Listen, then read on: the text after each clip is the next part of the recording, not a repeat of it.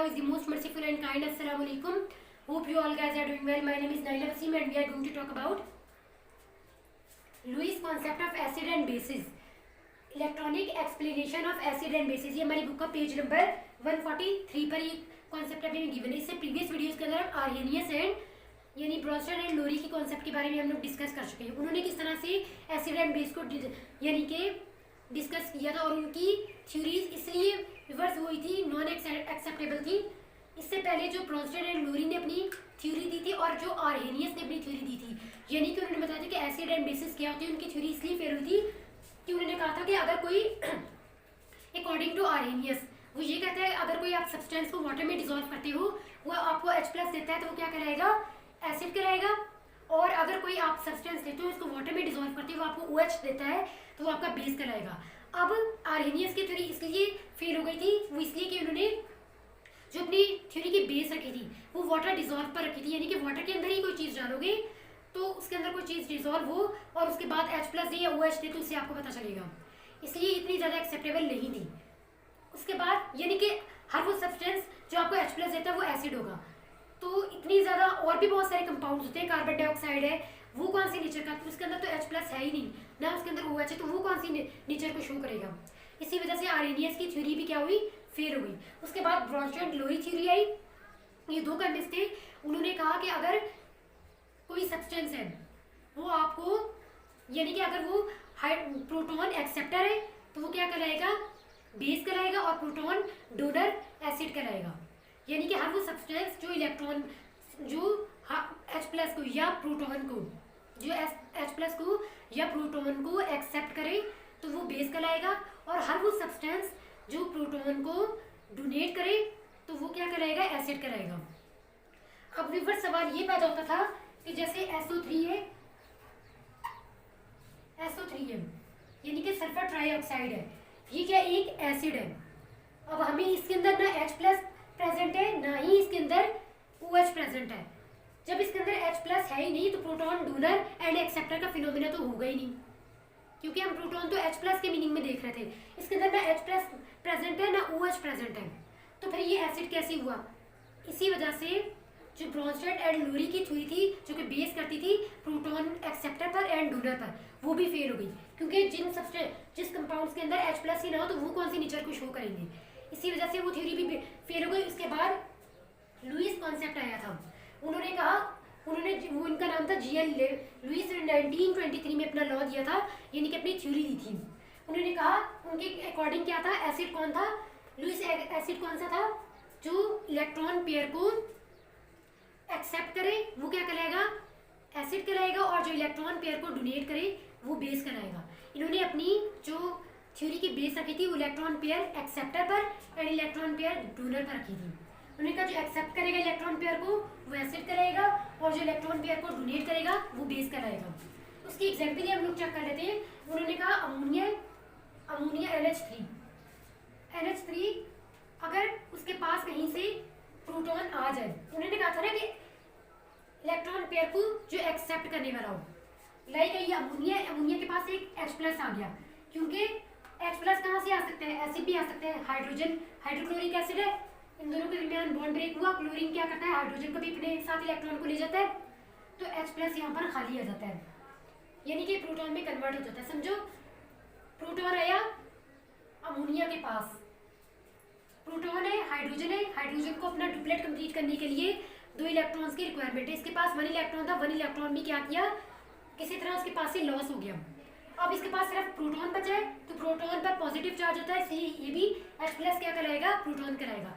Proton आया, जब ammonia के पास प्रोटॉन आया तो अमोनिया ने क्या किया, क्योंकि अमोनिया के आउटरमोस्ट शेल में 5 इलेक्ट्रॉन्स होते हैं, ये जो 2 इलेक्ट्रॉन्स है ये लोन पेयर कहलाएगा।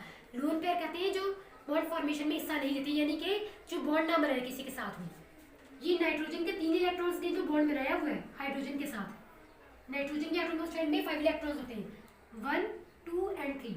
2 इलेक्ट्रॉन्स जो कि लोन पेयर है, एक लोन पेयर है, ये लोन पेयर एक्स्ट्रा पड़ा हुआ था। हाइड्रोजन को 2 इलेक्ट्रॉन्स की जरूरत थी, इसने इसके 2 इलेक्ट्रॉन्स को देखा तो इसके पास ये चला गया।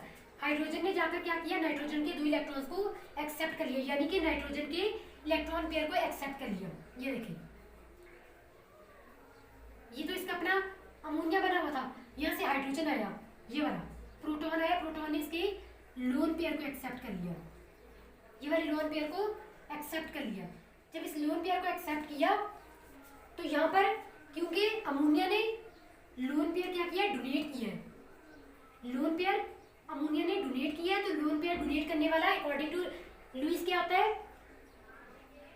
डोनर क्या कहलाता है, अमोनिया क्या है, डोनर, यानी कि इलेक्ट्रॉन पेयर को क्या कर रहा है, डोनेट कर रहा है, तो ये बेस कराएगा। अमोनिया यहाँ पर बेस है और हाइड्रोजन है, सॉरी प्रोटॉन है, प्रोटॉन ने क्या किया, इलेक्ट्रॉन पेयर को एक्सेप्ट कर लिया, क्योंकि हाइड्रोजन के पास तो इलेक्ट्रॉन थे ही नहीं, उसको डुप्लीट कंप्लीट करने के लिए, उसको स्टेबल होने के लिए उसको 2 इलेक्ट्रॉन्स की रिक्वायरमेंट थी, उसको किसी के साथ अटैच होना था, बॉन्ड फॉर्म करना था, तभी जाकर वो स्टेबल हो सकता था। इस प्रोटॉन ने क्या किया, हाइड्रोजन ने क्या किया, इसकी 2 इलेक्ट्रॉन्स को एक्सेप्ट कर लिया, यानी कि इलेक्ट्रॉन पेयर को एक्सेप्ट कर लिया। तो एक्सेप्टर कौन होता है, अकॉर्डिंग टू लुईस एक्सेप्टर क्या होता है, एसिड होता है। तो यहाँ पर हाइड्रोजन क्या है, एक एसिड है और अमोनिया क्या एक बेस है, इस तरह से। और ये H+ इसलिए साइन है कि जब भी कोई सब्सटेंस होता है वो इलेक्ट्रॉन पेयर को डोनेट कर देता है तो उस पर पॉजिटिव चार्ज डिवेलप हो जाता है।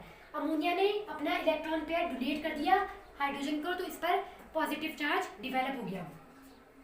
अब व्यूअर्स, इसने इसको डोनेट कर दिया, ये जो बॉन्ड बना है व्यूअर्स, ये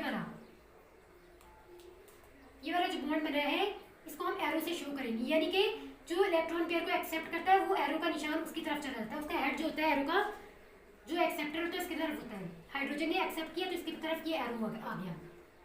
और ये चीज, ये वाला जो बॉन्ड है ये कोऑर्डिनेट कोवैलेंट बॉन्ड है, और ये वाले जो तीनों बॉन्ड बने हुए हैं ये कोवैलेंट बॉन्ड शेयरिंग के जरिए बने हुए हैं, लेकिन ये जो इलेक्ट्रॉन पेयर को एक्सेप्ट किए ये कोऑर्डिनेट कोवैलेंट बॉन्ड बन गया।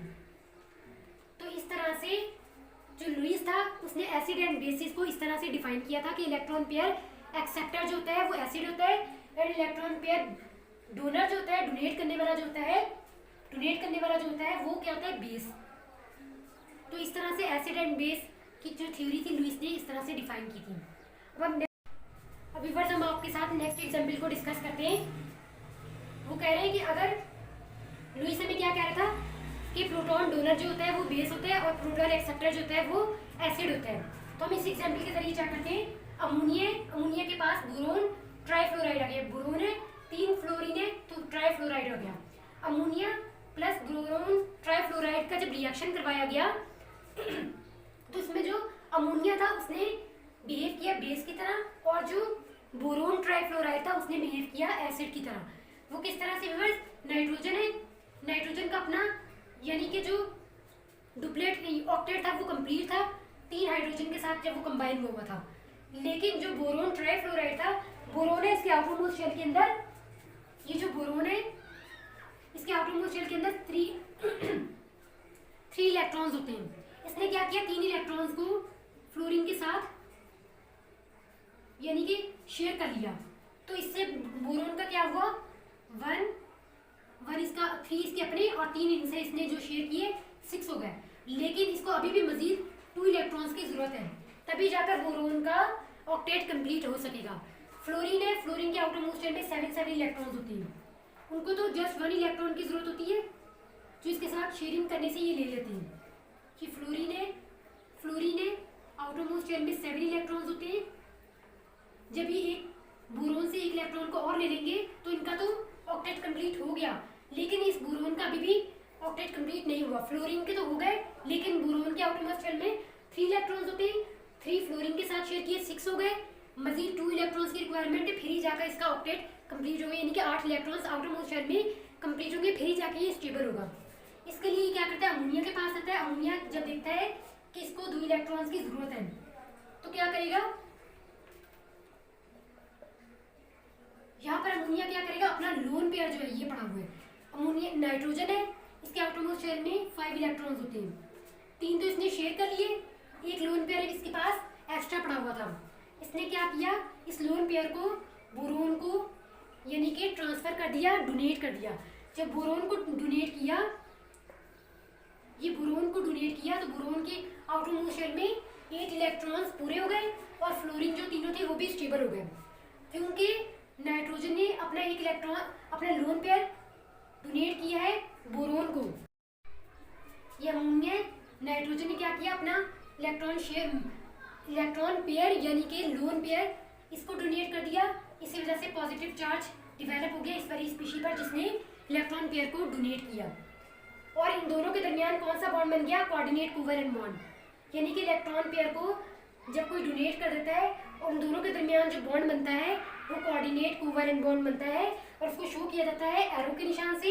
और एरो का निशान उसकी तरफ होता है जिसने इलेक्ट्रॉन पेयर को एक्सेप्ट किया होता है। बोरोन ने इलेक्ट्रॉन पेयर को एक्सेप्ट किया नाइट्रोजन के, इसलिए ये क्या हो रहा है, ये एरो का हेड जो है इसकी तरफ है। अब ये जो इलेक्ट्रॉन पेयर है ये चला जाएगा इसके पास इस तरह से, ये चला गया और ये चीज़ बोरोन का जो ऑक्टेट है वो कंप्लीट हो गया। तो इस तरह से लुईस ने अपने यानी कि कॉन्सेप्ट को क्लियर किया था और इस तरह से उसने एसिड एंड बेसिस के बारे में बताया था। अल्लाह हाफिज़ एंड गॉड ब्लेस यू।